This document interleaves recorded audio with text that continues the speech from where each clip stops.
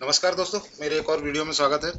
तो ये वीडियो है यूएस इजराइल और ईरान वॉर के रिलेटेड। तो उसकी थोड़ी सी आज फिर से चर्चा कर लेते हैं। मेरा पिछला वीडियो अगर नहीं देखा है तो मेरे चैनल पे जाके मेरा पिछला वीडियो ज़रूर देखिए, और अगर आपने चैनल को सब्सक्राइब नहीं किया है तो चैनल को सब्सक्राइब जरूर कीजिए। तो आगे बढ़ते हैं। तो आज फिर से एक आइलैंड उड़ा दिया ईरान का। और अब तो देखो, यूएस तो फ्लेक्स करेगा, US will flex its capability. और इसराइल के पास भी कोई ऑप्शन नहीं है, वो करना ही है इन लोगों को। ठीक है। बट एक बात है कि ईरान अभी तक डटा हुआ है और वो कर रहा है हमले आसपास के ही देशों पर। उसने बनाई है बिल्कुल अलग स्ट्रेटजी कि भाई हम तो सबको डिस्टर्ब करेंगे। ठीक है, तुम हमको डिस्टर्ब कर रहे हो, हम आसपास सबको डिस्टर्ब करेंगे, क्योंकि सब जगह यूएस के बेसिस हैं। और उन्होंने बोला है कि हम तो इकोनॉमी हिट कर दी है। इंडिया का स्टॉक मार्केट बिल्कुल क्रैश, एकदम धड़ाम से अभी पड़ा हुआ है, और लगभग सब जगह ही ऐसी ही हालत है। ठीक है। ऑयल के बढ़ गए प्राइस, जो कि एक्सपेक्टेड था। कुछ $60 के आसपास था, अब 100 के आसपास हो गया है, उससे भी ज़्यादा हो गया है।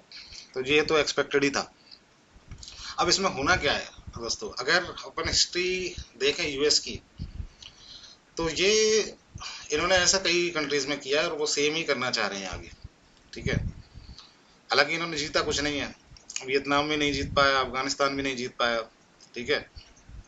और ईरान भी नहीं जीत पाएंगे जब तक ये अपनी मिलिट्री खुद नहीं, अब बॉर्डर तो शेयर करते नहीं कि भाई मिलिट्री आ जाए एकदम से। ठीक है। करेंगे ये ऐसे ही, आएंगे, मारेंगे, भाग जाएंगे। ठीक है। तो यही चलेगा। या तो फिर ईरान की तरफ से कुछ निगोशिएशन हो जाए। ठीक है, नहीं तो ये ऐसे ही चलता रहेगा। या फिर ट्रम्प जो है कुछ ज़्यादा ही अपना पावर दिखाएं, और मतलब पता नहीं, न्यूक्लियर वगैरह कहीं कहीं कुछ ना हो जाए, तो उसका चांस हालांकि कम लग रहा है।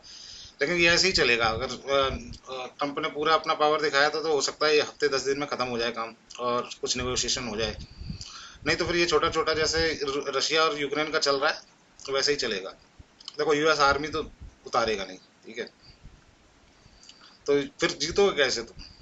ठीक है।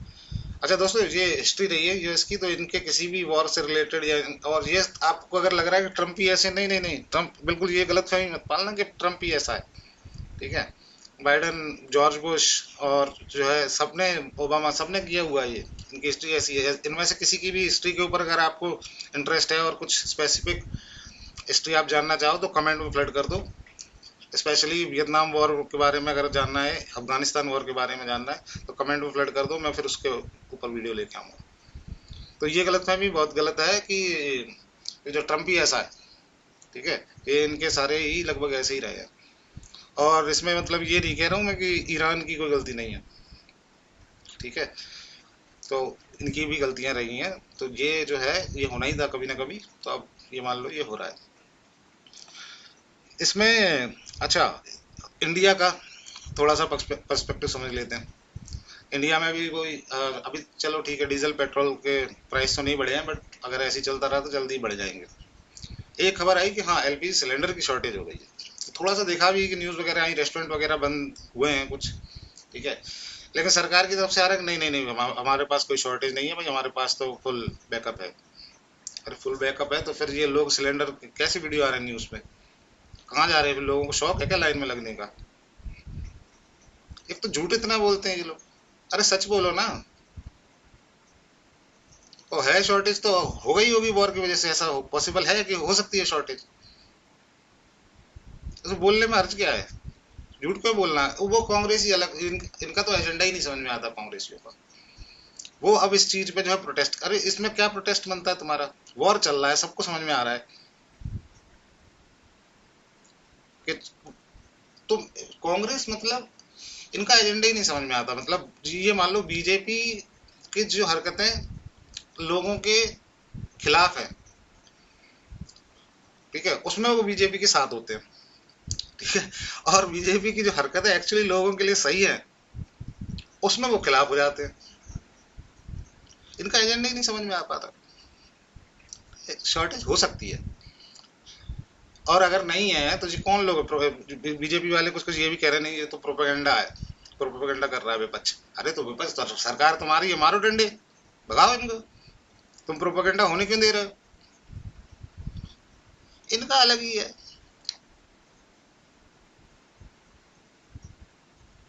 कमाल है यार। ठीक है। अच्छा, अब अदर कंट्रीज से भी रुझान आने लगे हैं। दुबई वगैरह में भी अब स्टेटमेंट इक्का दुक्का आ रहे हैं कि भाई जो है ये तो गलत है। ठीक है। अब वो भी रिएक्ट करेंगे, वो भी देखो यूएस बेसिस के ऊपर क्या एक्शन होता है, क्योंकि ये तो रियलिटी है, यूएस के बेसिस सब जगह है। और ईरान ऐसे ही करेगा, ईरान ऐसे ही मारेगा। ठीक है, क्योंकि वो देखो ना तो उनके पास इतने हथियार हैं कि वो कुछ बड़ा बैटल यूएस या इसराइल से कर सकें, नहीं ना उनके पास इतनी पूंजी है कि वो जो है कुछ लॉन्ग टर्म प्लान कर सकें।